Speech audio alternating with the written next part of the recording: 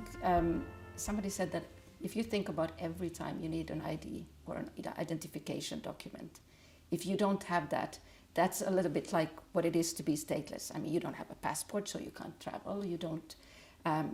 In some cases, they require a birth certificate for you to register in school, so children can't register in school. In some places, in some countries, they might, make some sort of arrangement or a local arrangement that children can go to school, but then when they need to sit for the final exams, they can't. So, they might get on the education track, but then in the end, they can't. They won't finish school with a certificate or so on, meaning that they also can't access. They can't access tertiary education or so on. I think what we really don't have much data on is also the impact on mental health of families and children who are stateless.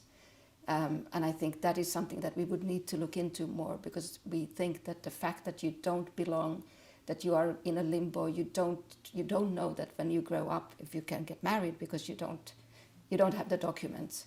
So, I mean, it says itself really that it is something that will have an impact on your mental health. And if it doesn't really on the children who don't maybe understand yet what the bigger implications are, the parents certainly will know that my children will not have the same opportunities as others because of this fact that they don't have a nationality.